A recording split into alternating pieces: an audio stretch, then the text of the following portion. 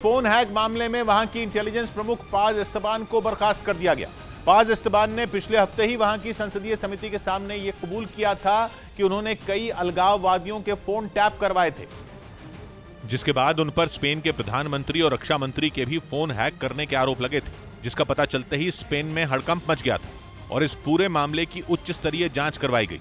हालांकि खबर है कि स्पेन की खुफिया एजेंसी की निदेशक पाज एस्तबान ने संसदीय समिति के सामने ये दलील दी थी कि कोर्ट से मंजूरी मिलने के बाद ही उन्होंने फोन हैक करवाए थे। इसके बावजूद उन पर कार्रवाई की गई।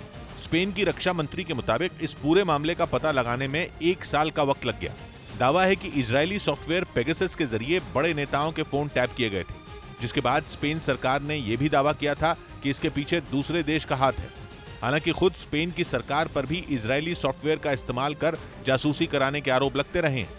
खबर तो यह भी है कि जासूसी की बात सबके सामने आने के बाद स्पेन की सरकार ने वहां की इंटेलिजेंस प्रमुख को बलि का बकरा बना दिया, ताकि स्पेन के उत्तर पूर्व में बसे कैटलोनिया के उन अलगाववादी नेताओं को खुश किया जा सके जिनके फोन टैप करने की खबर से बवाल खड़ा हो गया था।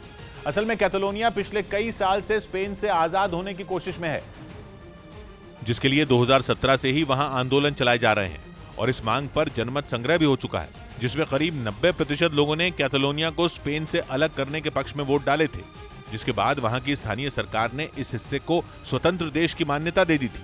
लेकिन स्पेन सरकार ने इस फैसले को एक तरफा बताकर उसे खारिज कर दिया था और तभी से वहां अलगाववादी नेताओं की अगुवाई में प्रदर्शन हो रहे हैं। पाकिस्तान के कब्जे वाले कश्मीर के हुंजा इलाके में बाढ़ की चपेट में आकर वो पुल बह गया जिसे चीन ने बनाया था। इसी महीने की 7 तारीख को ग्लेशियर के पिघलने से वहां झील का जलस्तर अचानक बढ़ गया था और फिर उसका पानी सैलाब बनकर कहर बरपाने लगा।